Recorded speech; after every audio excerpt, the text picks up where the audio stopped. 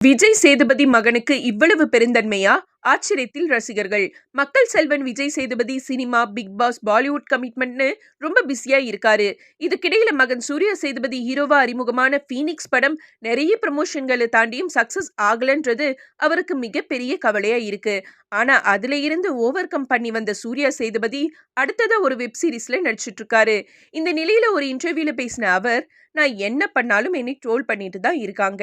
எந்த பக்கம் திரும்பினாலும் அடிக்கிறாங்க. ஆனா ஒரு கட்டத்துல அது எனக்கு பழகி போச்சு. நான் ஒருவேளை ஐடி கம்பெனில வேலை பண்ணியிருந்தா அங்கேயும் என்னை பத்தி 4 பேர் பின்னாடி பேசியிருப்பாங்க. ஆனா இங்க சோஷியல் மீடியாவுல அது சத்தமா கேக்குது. நான் அதை பத்தி எல்லாம் நினைச்சிட்டு இருந்தா ஆல்ரெடி இருக்கிற நிறைய நல்ல விஷயங்களை பத்தி யோசிக்காம விட்டுடுவேன்னு ரொம்ப மெச்சூர்டா பேசியிருக்காரு சூர்யா சேதுபதி.